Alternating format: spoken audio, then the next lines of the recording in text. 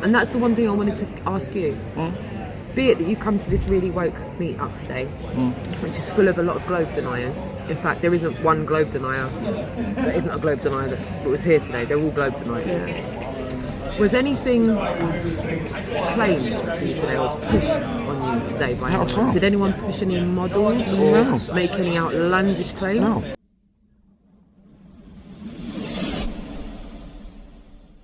All it was just like any other gathering of people. We would just have really nice conversations. And non-mundane. Yes. Yeah. And it wasn't trying to push anything. It wasn't trying to invite you in to think about anything. It's literally, we're having conversations. Conversations go on different levels. You listen to it, you take it in, and then people have got the respect to listen to you as well. So it's just an engagement and passing forward of ideas, really. Correct. You know, there was nothing at all about trying to indoctrinate anyone. And you're doing it to the worst person anyway, because I've got my own mind, and you know, so don't try. I think for your viewers, because there'll be a lot of your viewers that may be incredibly put off by this, because in the forefront of their mind, they're still looking at us like we're flat earthers. Yeah. And again, that's why I wanted your feedback from it, because your viewers will want to know, what did all those flat earthers push on you? And I'm saying it, and you're going, no, they won't think that. Honestly, that it's a program response, and even if people think that, and as I'm saying this now, they're going, yeah, I was thinking that. It's not your fault. You've been taught to do that. It's called a knee-jerk reaction. Well, to be honest, Roxanne, we spoke more about flat Earth at this table while there's cameras going in all day. I've not even had one conversation about flat Earth with anyone. I'm so glad you've said that. I have to say it. That there is the proof in our pudding. Well, I'd mentioned it. I said it wasn't. It's not that. Yeah. It's just the lies we've been. We were all here, just literally talking about. We know there's a lie. There's the biggest lie ever that is emanating around us. It's affecting us all. We can't work it out, but we can smell it and we can taste it. So we were all just a party to that, really, and that's all it is.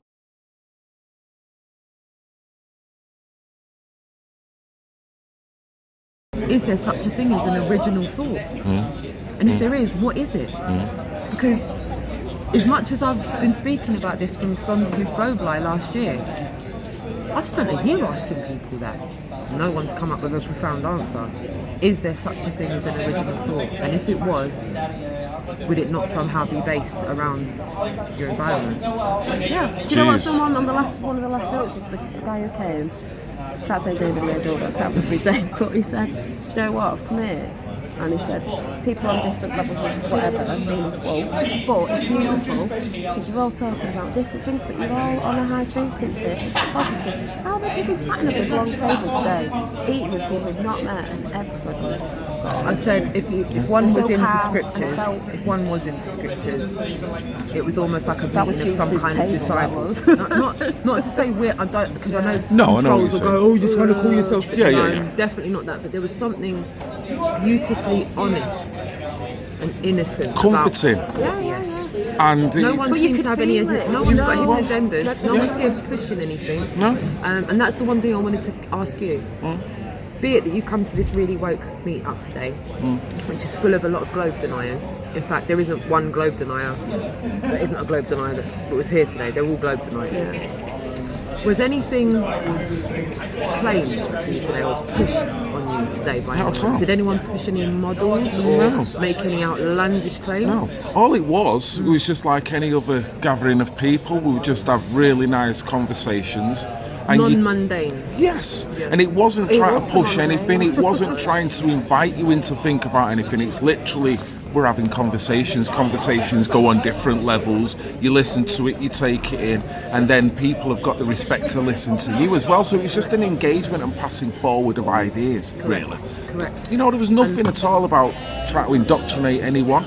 And you're doing it to the worst person anyway, because I've got my own mind, and you know, so don't try. I think for your viewers, because there'll be a lot of your viewers that may be incredibly put off by this, because in the forefront of their mind, they're still looking at us like we're flat earthers. Yeah. And again, that's why I wanted your feedback from it, because your viewers will want to know, what did all those flat earthers push on you? And I'm saying it, and you're going, no, they won't think that. Honestly, that it's a program response, and even if people think that, and as I'm saying this now, they're going, yeah, I was thinking that. It's not your fault. You've been taught to do that. It's called a knee-jerk reaction. Well, to be honest, Roxanne, we spoke more about flat Earth at this table while this camera's been going in all day. I've not even had one conversation about flat Earth with anyone. I'm so glad you said that. I have to say it. That there is the proof in our pudding. Well, I'd mentioned it. I said it wasn't. It's not that. I said it's just the lies we've been. We were all here, just literally talking about. We know there's a lie. There's the biggest lie ever that is emanating around us. It's affecting us all.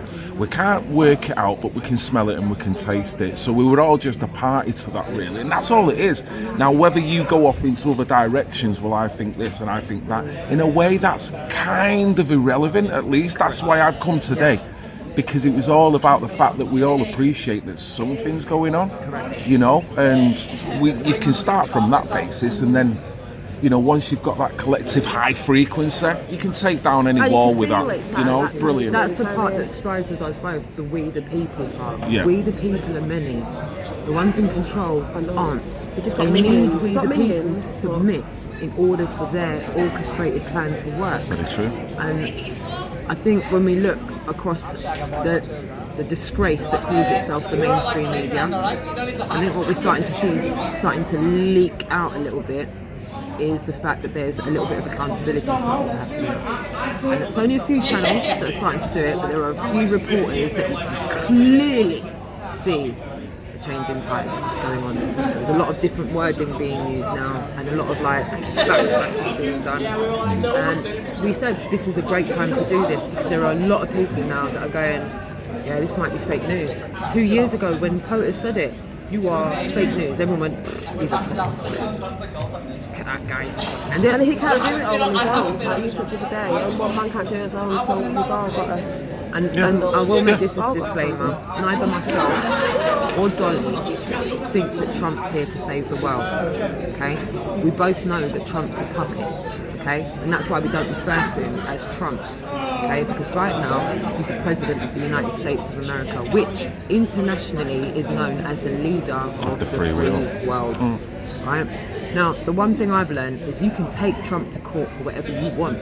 You can't take the entity of the President of the United States to court, because POTUS isn't a person.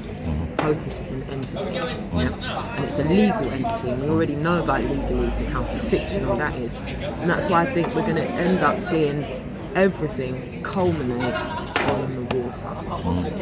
Because we all know maritime law is key.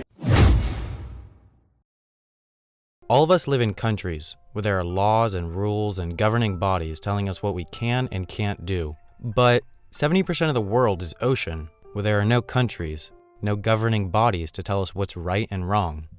That's why maritime law exists. Let's start with a hypothetical. A baby is born on a cruise ship sailing in the middle of the Atlantic Ocean. What nationality does it take?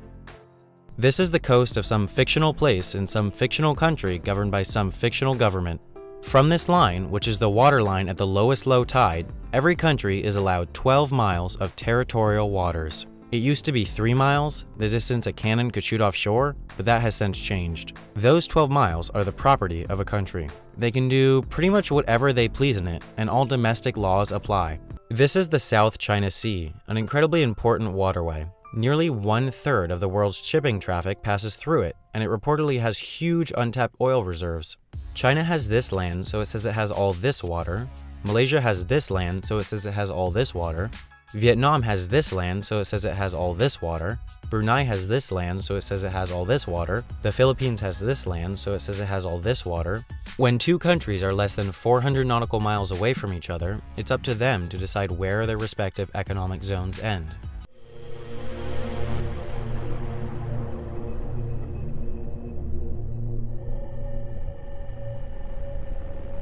Understanding words is what you really need to start doing. You need to start doing your homework and understanding words. If you put an S in front of words, it becomes swords. And that's what words are. They're cutting. They can cause you great trouble. Humans are word-controlled creatures. So we need to establish what words mean. Again, when we talk about law, there's a Roman maximum in law that says, "For he that would be deceived, let him." Simply meaning, if you are so ignorant as to be deceived, then that's your business, that's your problem. We are all lost at sea. None of us declared ourselves, and that's why we all give birth to children, sign them over to the state, and then parent them off the state.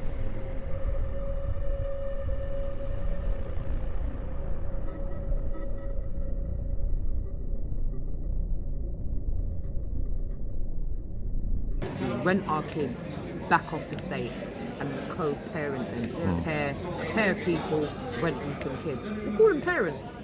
Yeah. Should we call them parents? It sounds good. Well, parents. Honestly, a bunch of parents. That does ring so true when you look at what is happening to the younger generation. They're and not how kids, mate. They're not. exactly they're almost lost, aren't they? As in they're taken away You're from us. holding their hands, and they're already being taken away from Watching your what hands. TV they watch, what influences, what their favourite pop star is. Going It to is Mothercare. everything that goes Going to against your. Mothercare, going to Toys R Us. Yeah. That's what they want your kids playing with. Yeah. And they've socialised your kids to the point where, see if you make some toys at home for them. Not Trump. Not Trump. Buy me some real stuff. I've loved this. One thing, yeah, we Can I will. just say, Phil? Go for One it. thing. We are the ones we've been waiting for, and that's the difference. It's us. Yeah. It's you, it's me, it's everybody. Yeah. When we go one, we go all. We go one, we go all. Well, I'm hoping if anyone can take anything from this, it's the positivity. The positivity of the fact that you've still got the worst knowledge imaginable in your head, but it's the way it's coming out. People, you go through that, but when we've been through it, we can get upset behind the scenes, but it's pushed us to move forward. Yeah. When someone awakens to the true nature of the manipulated world we live in, as well as the vast resources at our immediate conscious fingertips, it takes some doing to fully realize what that information means, as well as the vast implications on your personal life. It can hit hard and may need some time to be digested.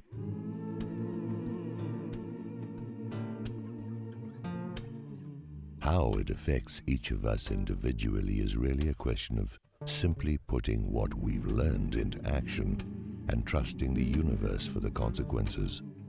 I don't think there's time for much else. In fact, there never has been. If you know the truth, what are you waiting for? While many are hoping for some kind of soft peddling of any kind of action call, it's not a set formula. You just find out and you react. And just that takes some doing. Breaking off the rust of your true self to animate and start to call the shots that were previously hindered by lifelong programming. True responsibility. Well, if we can do it, and everybody else can do And it. I'll finish with this, right? If you can do yourself one favour at all, and this is to you, your viewers, and everyone listening, if you can do yourself one favour at all, if you are going to start your pursuit of truth, try not to start it on a partisan platform. Okay? Because that's what our education system did to us. They gave us a partisan education, which is technically internationally recognised as illegal. Okay?